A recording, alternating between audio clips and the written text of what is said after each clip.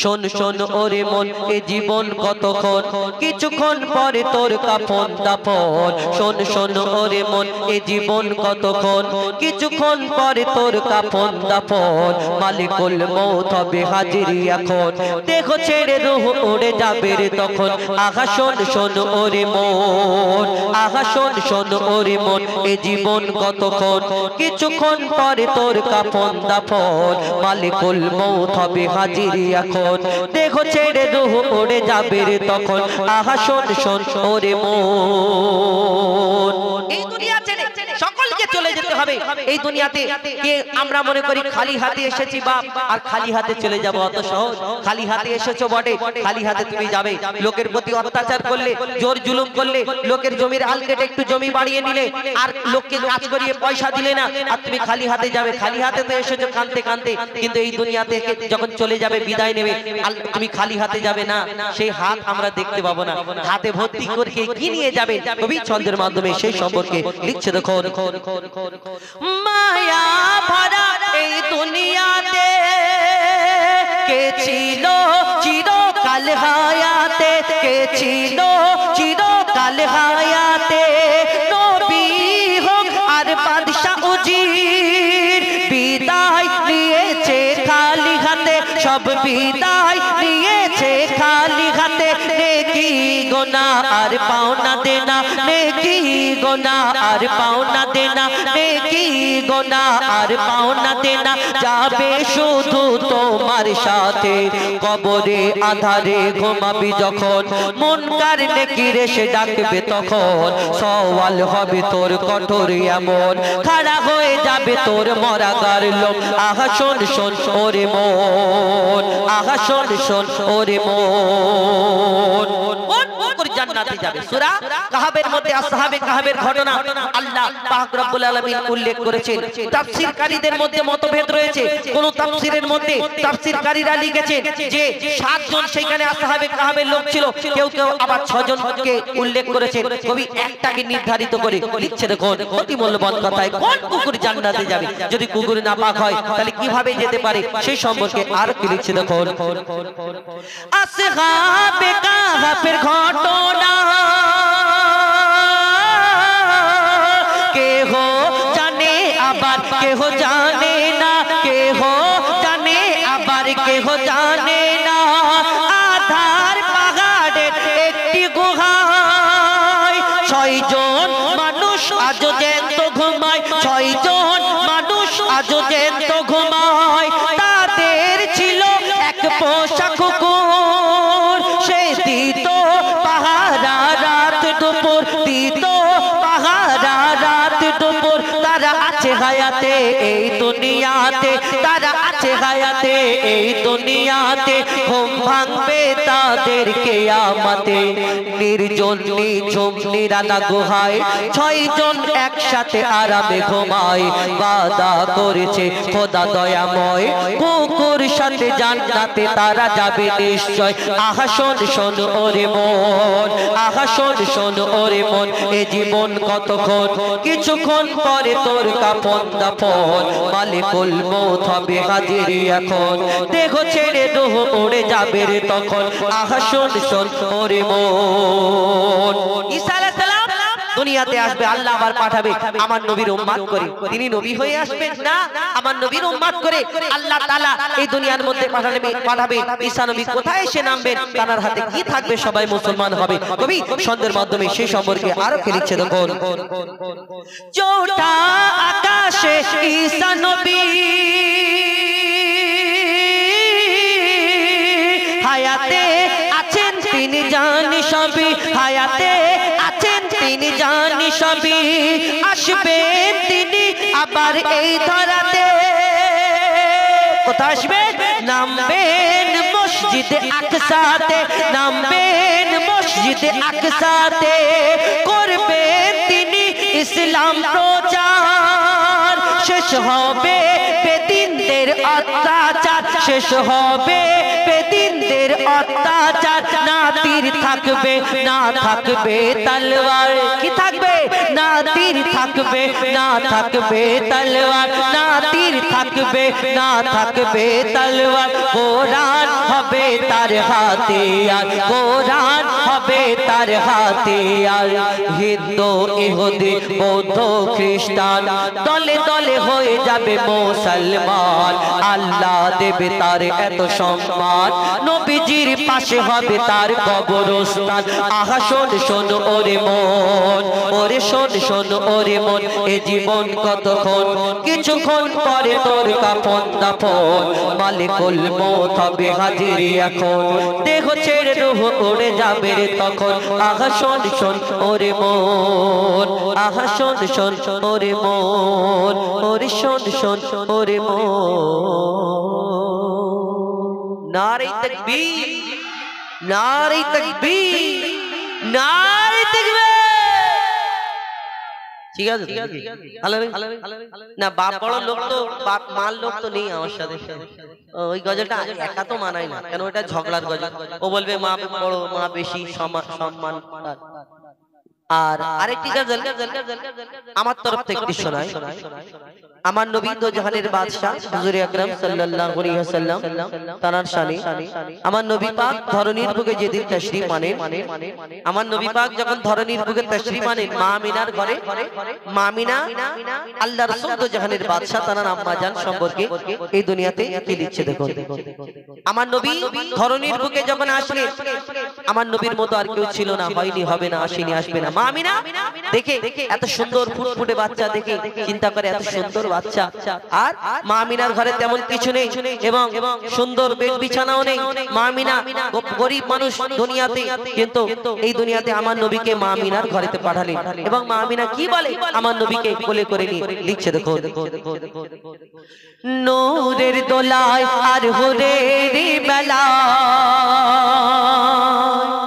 নূরের দোলায় আর হুরের মেলায় নূরের দোলায় আর হুরের মেলায় ভোরের বেলায় এলো ধরায় আমার নবী দয়াময় সারা জগৎ ঝুঁকে যায় সারা জগৎ ঝুঁকে যায় আর মা আমিনা কি বলে দুধের চাঁদ আমার প্রিয় মোহাম্মদ দুধের চাঁদ আমার প্রিয় মোহাম্মদ হায় তার কে সুরত যেন আবে হায়াত দু নয়নে ছলকায় মা আমিনা সেই নয়নে চুমা খায় মা আমিনা সেই নয়নে চুমা খায় নূরের দোলায় আর হুরের মেলায় কোটি কোটি মা জননীকে সৃষ্টি করে ধরনীর বুকে পাঠালেন কিন্তু আমার আপনার নবী দো জাহানের বাদশা হুজুর আকরাম সাল্লাল্লাহু আলাইহি ওয়াসাল্লাম তার আম্মা জান মা আমিনাকে আল্লাহ শ্রেষ্ঠ করে এই ধরনীর বুকে পাঠালেন কেন কে এই সেই সম্পর্কে অতি মূল্যবান কথা লিখছে দেখো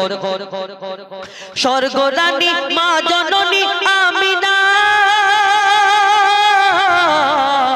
তোমার সাথে হয় না কারোর তুলনা মাগো তোমার সাথে হয় না কারোর তুলনা কেন মা হাওয়া থেকে আর মা মারিয়া কেহ পেল না সম্মান তোমার মতো কেহ পেল না সম্মান তোমার মতো আল্লাহ আর আরশ ছেড়ে কে গর্বে তোমার ঘর করে আল্লাহ আর আরশ ছেড়ে কে গর্বে তোমার ঘর করে 10 মাস 10 দিন পরে সেই নাজিল হলো আদম রূপ ধরে ধন্য আমিনা জননী মোরা তোমার কাছে ঋণী আল্লাহ তাআলার শ্রেষ্ঠ উপহার খেলে তোমার আঁচলের তলায় সারা জগৎ ঝুঁকে যায় সারা জগৎ ঝুঁকে যায় মা আমিনা আমার নবীকে জন্ম দিয়েছিলেন কিন্তু তাকে দুধ পান করালেন লালন পালন করালেন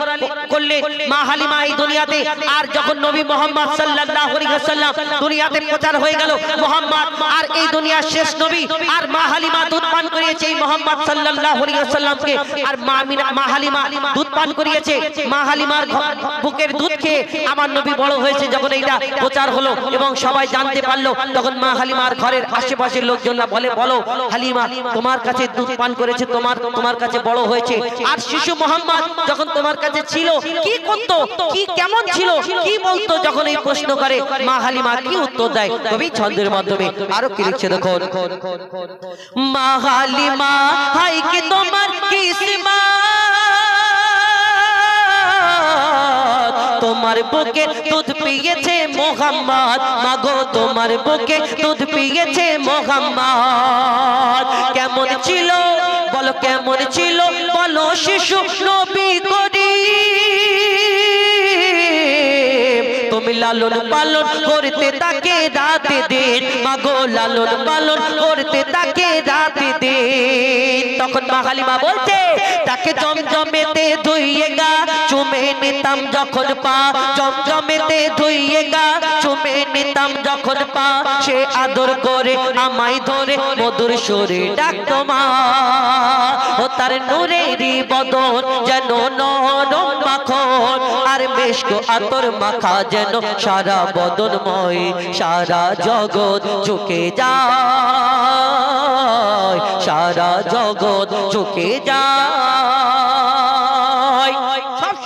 কবি নিজের মাকে উদ্দেশ্য করে বলছে এই দুনিয়াতে আমার মা জননী, এই দুনিয়াতে আমাদের যখন সন্তান জন্ম দেয় আমাদের মা জননী, আমরা যারা বেটা ছেলে পুরুষ এইখানে যারা উপস্থিত আছি আমরা মায়ের কষ্টটা কেউ কোনোদিন বুঝতে পারবো না। কেন? একটা পানির মধ্যে, একটা বোলের মধ্যে যদি আমাদের গামলার মধ্যে ডুবিয়ে রাখা হয় কতদিন বেঁচে থাকবো না? এই মায়ের গর্ভেতে আমরা ওই একটা থলের মতো পানির মধ্যে আমরা ভেসে থাকি, মায়ের গর্ভেতে এই দিক ওই দিক নড়াচড়া করি। মা আমাদের এই দুনিয়াতে আমরা মাকে যখন বড় হয়ে যায়, ছোটবেলায় অনেক কিছু বলি মা গো তোমাকে এই করে দেবো ওই করে দেবো, মা তোমাকে বড্ড ভালোবাসি, কিন্তু কিছু কিছু মানুষ আছে যারা বিয়ে শাদীর পরে অনেক সময় যখন সংসারে অশান্তি হয় তখন মাকে আমরা ছোট বড় কথা বলি, আর এই মাকে এমন কথা বলি মা আড়ালে গিয়ে ঝরঝর করে কাঁদে, তুমি কোন মাকে কষ্ট দাও? এই দুনিয়াকে যদি 70 বার বিক্রি করা হয় তাহলে জান্নাতের একটা ইটের মূল্য হবে না, সেই জান্নাত হলো আমার মা জননীর পায়ের তলায়। তুমি সেই মায়ের দাম কত তাহলে একবার কোনদিন ভেবেছো না? এই মা জননী আমাদের গর্ভেতে কেমন করে রাখে, কত মা জননী দুনিয়া ছেড়ে চলে যায়, এই দুনিয়াতে মা কত কষ্ট করে রাখে। একটা পানির মধ্যে মায়ের গর্ভে আমরা ভেসে থাকি, যখন যন্ত্রণা করে ছটফট করে আমরা মায়ের পেট থেকে যখন ভিতর থেকে লাথি মারি মায়ের কত কষ্ট হয়। মা যদি চিন্তা করতো যে এত কষ্ট সহ্য করা যাবে না, তোর যা পারে হোক, তাহলে এই দুনিয়াতে আমরা আসতে পারতাম। সেই সন্তান কিন্তু বড় হয়ে আমরা মাকে কষ্ট দিই, মায়ের ব্যথাটা আমরা কোনোদিন বুঝতে পারিনি। এই দুনিয়াতে মা আমাদের জন্য কি, এই দুনিয়াতে আমরা সেই সম্পর্কে আমরা অতটা চিন্তা ভাবনা করি না। ওই কারণে কিছু কিছু মানুষ মাকে কষ্ট দেয়।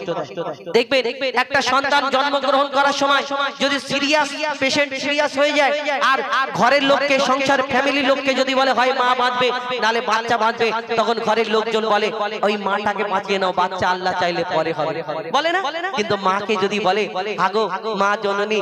তোমার সন্তান বাঁচবে না, তুই না নে তুমি বাঁচবে, তখন ডাক্তারকে মা হাসতে হাসতে বলে আমার সন্তানটা দুনিয়ার মুখ দেখুক, আমার যা পারে হয়েছে। এইটাই তো মা। আর তুমি ওই মাকে বড় হয়ে তুমি মাকে কষ্ট দাও, মায়ের মনে যখন আঘাত লাগে মা ঝরঝর করে কাঁদে, তুমি একবার ভাবো না যে মা আমাদের কত কষ্ট করে মানুষ করেছে। ছোটবেলায় যদি তোমাকে ঠিকঠাক ভাবে লালন পালন না করতো, বড় হয়ে চোর হতে, জুয়াখোর, চুল্লুখোর, মদখোর, এদর ওদর ঘরে বেড়াতে, তাহলে মা এই দুনিয়াতে এত কষ্ট করে আমাদের লালন পালন করলো, আমরা মায়ের ব্যথাটা বুঝি না। তো শেষ কথায় সেই সম্পর্কে লিখছে দেখো, 7.5 চিল্লা, কতদিন 7.5 চিল্লা ছিলাম মাগো গর্ভে তোমার, চোখ মুখ কান নাক বন্ধ ছিল আমার, এই চোখ মুখ কান নাক বন্ধ ছিল আমার, আমি অন্ধকারে মাগো অন্ধকারে ভেসেছিলাম পানিতে, কত ব্যথা দিয়েছি তোমার বাচ্চা দানিতে, মাগো কত ব্যথা দিয়েছি তোমার বাচ্চা দানিতে, আর মরণ যেন ও মা মরণ যেন ঘনিয়ে এলো যখন জন্ম দিলে, মোর কারণে মাগো কত ব্যথা পেলে, মোর কারণে মাগো কত ব্যথা পেলে, মা হওয়া কি যন্ত্রণা তানবীর কালাম বুঝলো না, মা হওয়া কি যন্ত্রণা থাক না তোমার সোনা দানা মায়ের দেনা শোধা যাবে না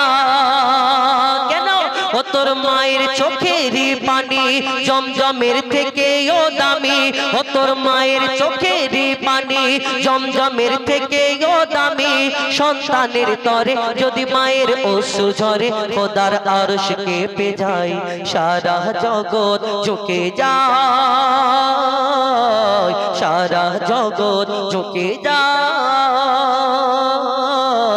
সারা জগৎ ঝুঁকে যায় এবার আমরা শেষ গজল শহীদে কারবালা একটি উর্দু গজল বলি এতক্ষণ বাংলা গজল অনেকক্ষণ বলেছি আর আমরা কি ব্যাপার বলুন আপনাদের বেলুন ফেটে যাচ্ছে তারপরে বক্সে সমস্যা হয়ে যাচ্ছে ভূত ভূত আছে নাকি এখানে